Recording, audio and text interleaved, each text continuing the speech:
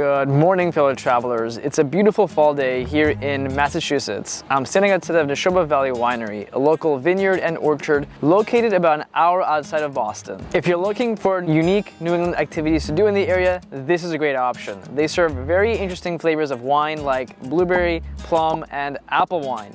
I didn't know fruit wine existed. I'm excited to check it out on today's wine tour. And if you're not a wine drinker, no worries. Neshoba also has apple picking, live music, a beautiful dining venue, and more. Let's go check it out.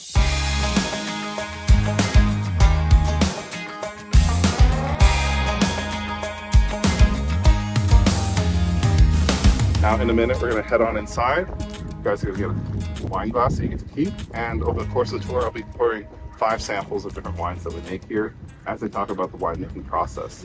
The first wine that I'll be pouring for you guys is our estate Riesling. These pourers are meant to be helpful. Let's try that again.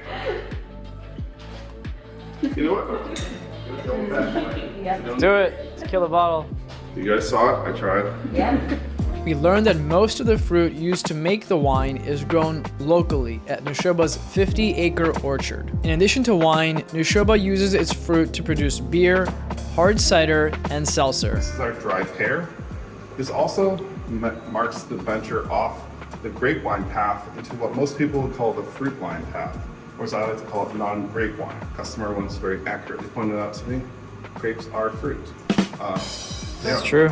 I didn't care for how they said it. He said grapes are fruit, and Thank you. really cool. Something like that. This one does not smell good. What kind of wine do you think this was? Fruit something? Did you say? Yeah, I forget. This is a stinking wine. Just finished up the wine tour. We're now at the lunch area. There's 2 restaurants here. We're at the outdoor seating area called Winter's Knoll, I believe.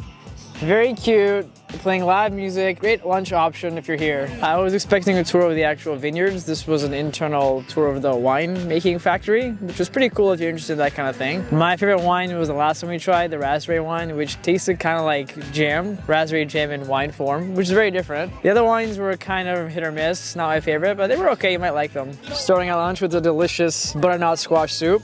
Very good and very helpful on a cold day like today. And for our entree, a delicious chicken Caesar wrap, washed down with a piping hot cup of mulled wine.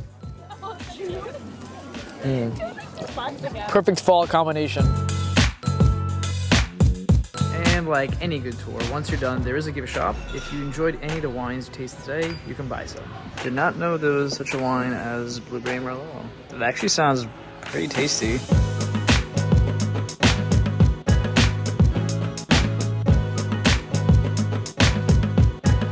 For those of you who are not interested in wine, we are now at the apple orchards here at Neshoba. There are rows and rows of apple trees ready to be plucked. We are currently at the end of the apple picking season, so you're going to see the trees starting to wilt and drop their leaves, but there are still plenty of apples here to pick. Just pulled out my handy dandy cheat sheet of what apples are available today. We have Ida Red, Mirafuji, Nova Spy, and Granny Smith apples. Normally there are a lot more, but as I said, it's the end of the season.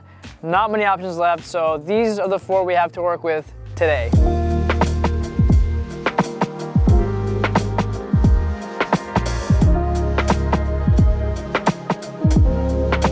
These are the Fuji apples that we are going to pick and try for you today. This is really good. Very sweet, very crisp. I think this is the best apple here. All in all, it was a great day here at Neshoba Valley Winery. If you want something fun to do that's outside the city of Boston, this is a great option. You have wine tasting, apple picking, lunch, live music, and it's an overall very fun, very autumn, very New England vibe. If you like this video, I hope I'll see you in the next episode. Thanks for watching.